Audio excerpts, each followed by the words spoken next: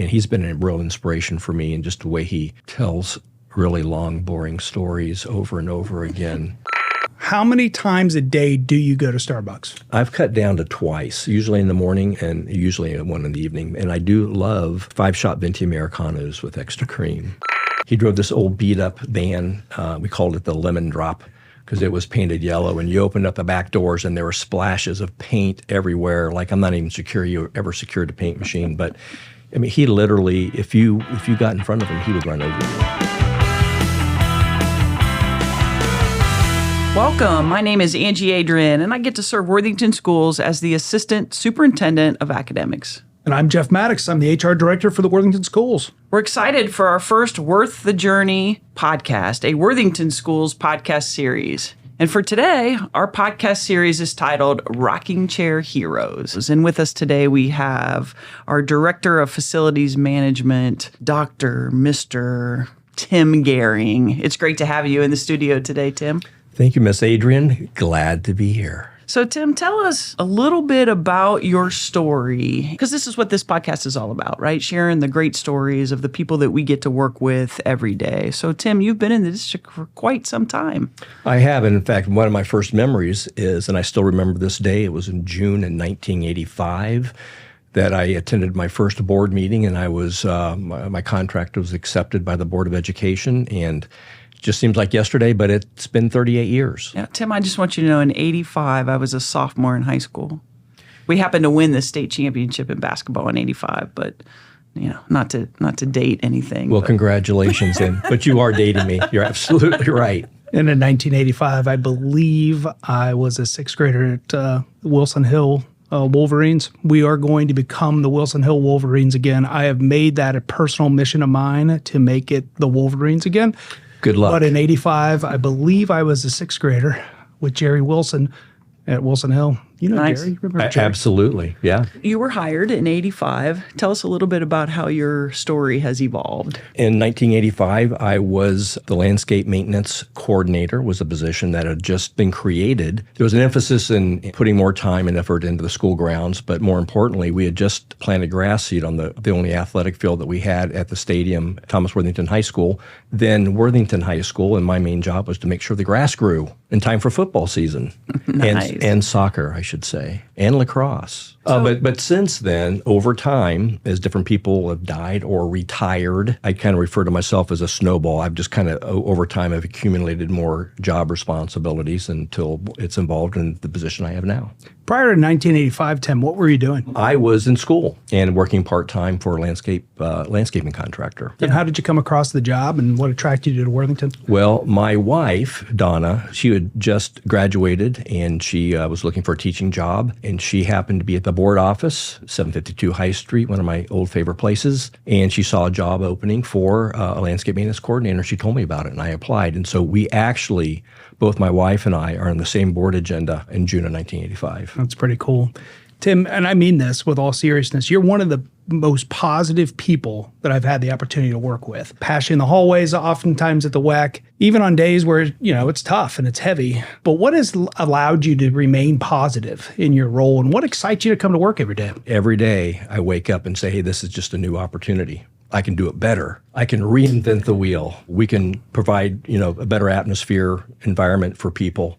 And every day is just a new day, and I seem to forget all the frustrations I had the day before. Even when those work orders pile up on the computer that says, my classroom is too hot or too cold, you have the ability to remain positive through that. How do you do that? Well, again, it's just in my nature, because you're absolutely right. I'm defeated at the end of every day because I only got a fraction of done what I really needed to get done. But I wake up in the morning and say, hey, we're going to do a better job. And I've just repeated that for 38 years. And I think one of the things for you have that attitude, but you also have a team of people that you get to work with. How do you instill that type of behavior and that type of mindset with the team that you work with? Well, first of all, I can't do anything without the team of people That's right. I have. Yeah. Absolutely. And one of my main jobs is to keep them motivated. But I've always been the type of person, I've never pretended to be something or know something that I don't know. My job completely relies upon the knowledge of others. In fact, my biggest role is probably facilitating and solving problems from experts. architects, engineers, contractors, and I just facilitate the conversation and help solve problems or create designs for new buildings and or systems. I remember when I was a principal at Worthington Kilbourne High School, and probably 3-4 weeks into my first year, you came over. You sat down with me and introduced yourself and talked to me about the things that I might need for the building and what your team had to offer. And so just your ability to be present with people, reach out to people that may need help is certainly something that you're known for, Tim. I want you to know that. It's pretty cool. Thank you. Yep. You know, it's all about relationships, and that's is. probably one of my greatest strengths is just building relationships with people. It's become harder over time just because of technology. Everything's so fast moving, right? And I find that I have less time to spend quality time with people, which I miss. Tim's style, without a doubt, is to be physically present. Anytime there was ever a question when I was the Perry Middle School principal and I had a lot of questions in that old facility, speaking of heating and cooling. You never forget, do you? It's actually something I will carry for the rest of my life. But in all seriousness, though, I had a question, and within a half hour, here came Tim. Now, with Tim came what? Starbucks. A smile. Oh, Starbucks. I was going to say a smile. I don't think I've ever seen Tim Gehring not walking around with his white Starbucks cup. So, Tim, there's a lot of things going on right now There are. in Worthington. There are. Tell us a little bit about the work that you're currently involved in and where we're headed as a district.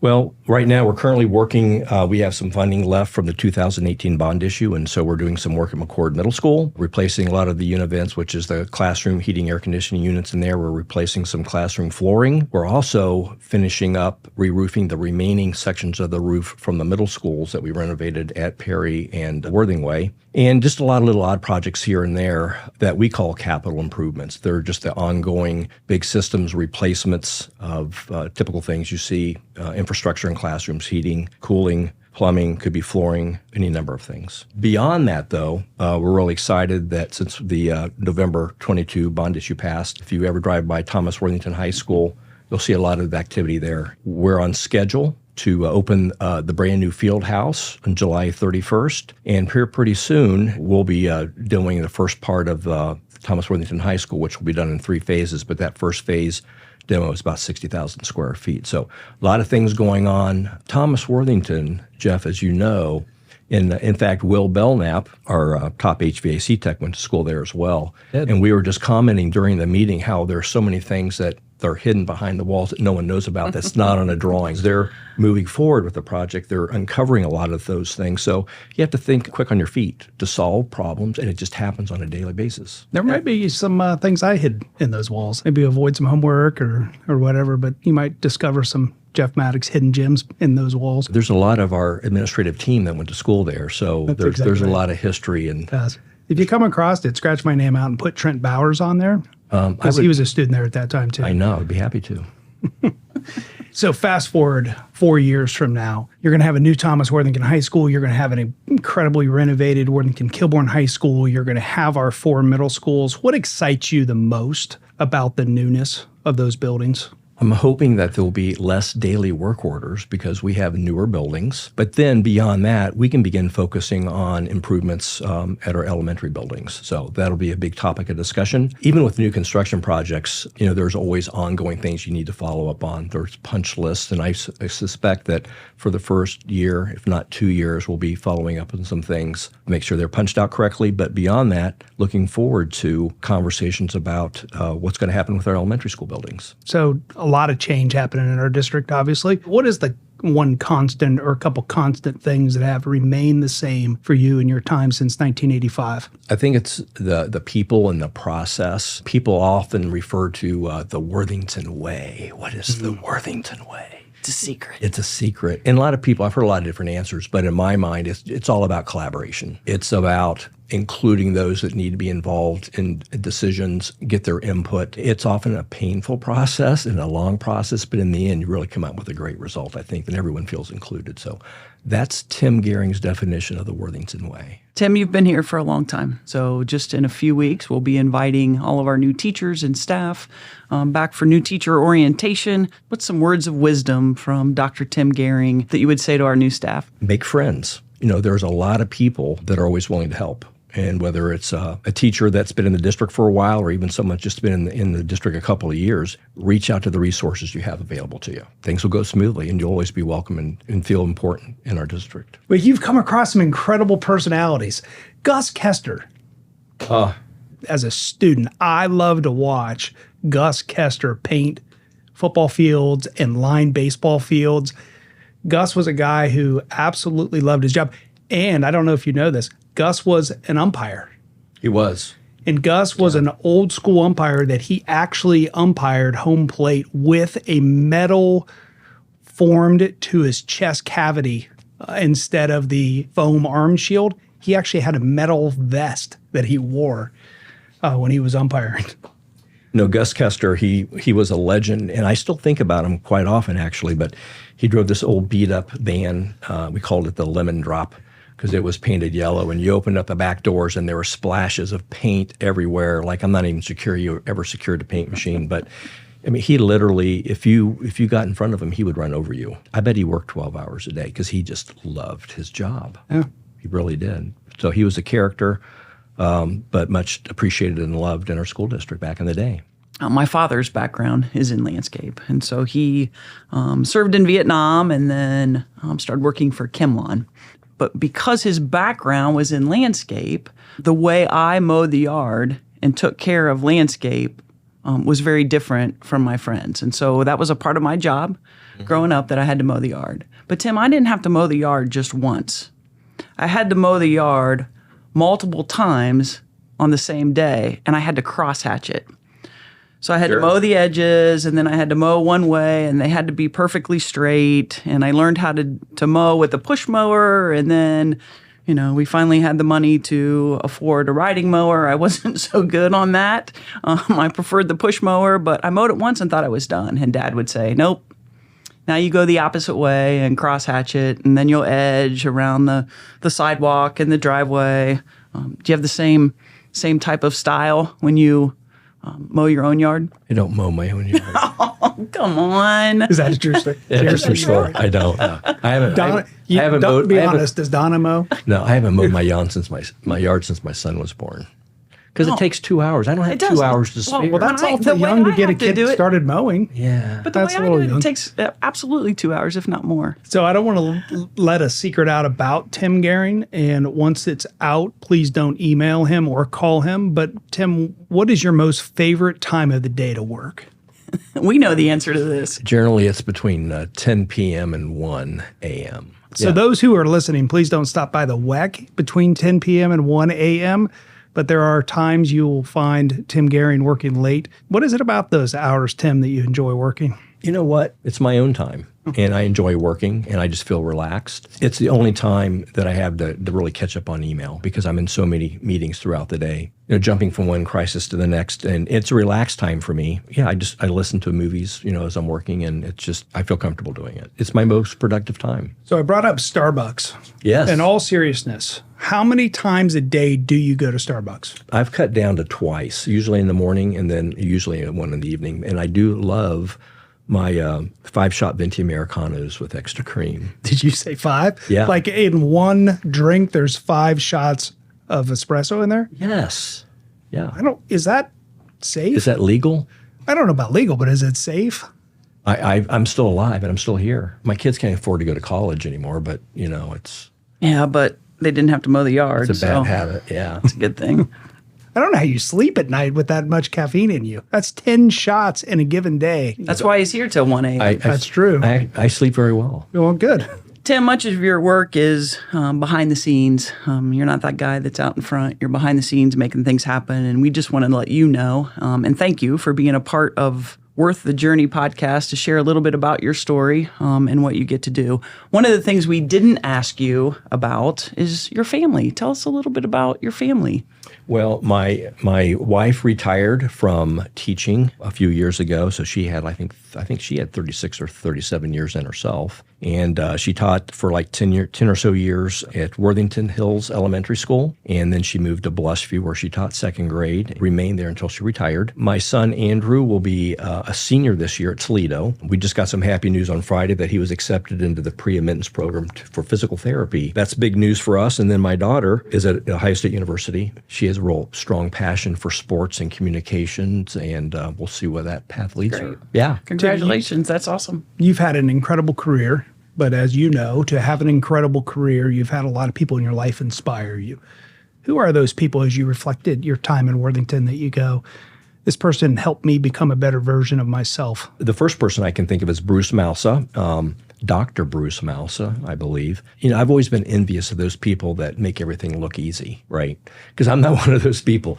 I make it harder than it probably has to be. He was a real inspiration for me, a great communicator. And again, he was a relationship builder. First and foremost is probably Ann. And I tell you what, I have been so blessed to work with Jeff Ebley the last few years. They say you can't teach an old dog new tricks. Well, you can. And he's been a real inspiration for me in just the way he tells really long, boring stories over and over again. Joking aside, he's been a real inspiration to me. You do know my office is right beside Jeff Ebley's, so you work upstairs. I get to work beside him, and I get to hear his stories every day. I'm sorry. I love him. He's a great storyteller. He is. And he's a hard worker, too. He is hard takes worker. Takes his work very seriously. Again, he makes things simple, and he reminds me of that. Yep. Daily. So, Tim, remind me, how many years in Worthington? I think it's 38. 38. Yeah. And we titled this Worth the Journey podcast, Rocking Chair Heroes. You're one of those heroes that have had the opportunity to sit on stage at Convocation at the beginning of every year. And I think you've done that twice. I have. So how's it feel to sit on stage in that rocking chair, knowing that you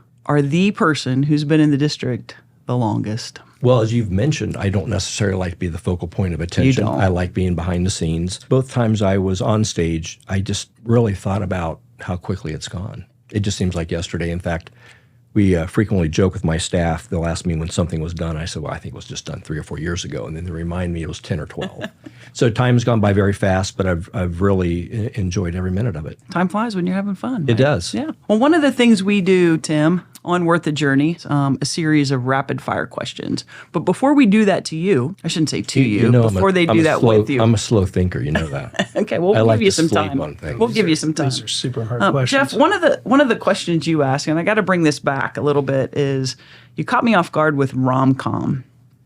And so I think I'm the only one out there that didn't know what rom-com meant. But there were people probably listening to it and going, what is she saying? How did she not know this? Man, we've hired her as the assistant superintendent. She doesn't know what rom-com is? But obviously, I do now. Romantic comedy. I have to say, I didn't have an answer for that. But once I knew what rom-com meant, I immediately had an answer, and that's Pretty Woman. By far. That's a good one. Pretty Woman. I mean, that's a great one. Yeah, you asked me about a lot, and I was like, no, none of those. But Pretty Woman, absolutely. So Ange and I, because of our roles, we have an opportunity to talk a lot.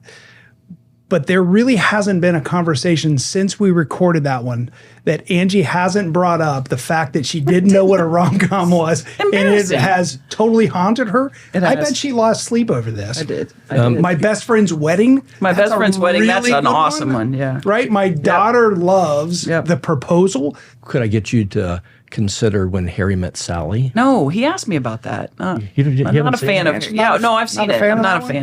Billy Crystal? All right, enough about me, Jeff. Let's go. Rapid fire questions for Tim Gehring. All right, Tim, here you go. Sit up there, Tim. Get ready. Get ready. Quick. Rapid fire, Tim. That's not like just super slow.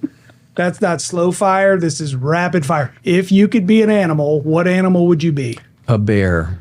Okay. Because most of the work orders we get are in the winter because people are too cold, and bears hibernate, so I would miss them all. If you could have an unlimited supply of one thing, what would it be? 5-shot venti Americanos with extra cream from Starbucks. If your life was a story, what would the title be? Just keep smiling. That's good. I like that. What's your favorite holiday? My favorite holiday is actually Halloween. Is it really? Oh, yeah. I love Do you play Halloween. dress up? I don't, but I just like the atmosphere. I like decorating the house. Yeah. I like all the kids in the neighborhood seeing their costumes. Yeah. Do you have a favorite childhood costume that you remember wearing? Yes. It wasn't my favorite, but it was my most memorable. I don't remember what year it was, but it was sometime during the Nixon administration. And my parents put paper mache around a huge inflated balloon, and they made a Richard Nixon head. And I remember because it had my Army helmet inside of it. And so I'm trying really hard not to laugh. And so when I put it on, and it came down on my shoulders, and my parents Mamie Richard Nixon. Nice. Yeah, can you beat that? No. I definitely not. Well, I can, but I'll never. This is your interview, not mine. You'll never tell, will you? No. What is your favorite dessert? Cherry cheesecake.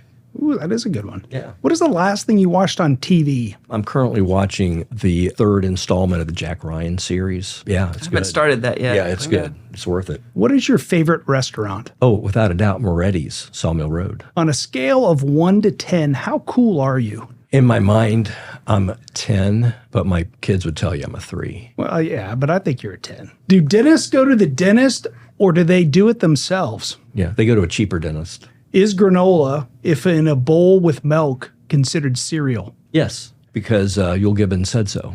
How do you feel about pineapple on a pizza? That's a negatory. Yeah.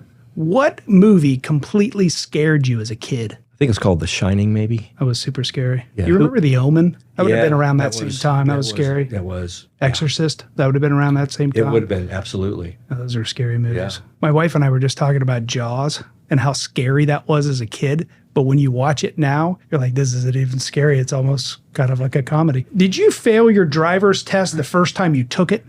I did not. Are you sure? I am sure, but I remember it very vividly because I had just wrecked my parents' station wagon, and I actually took my driver's test in an AMC Pacer. You know what I'm talking about? Yeah, I do remember the AMC Pacer. That was a long time ago. Yeah, that was a dangerous car to ride in, by the way. A lot of window glass in it. If you could have any superpower, what would it be?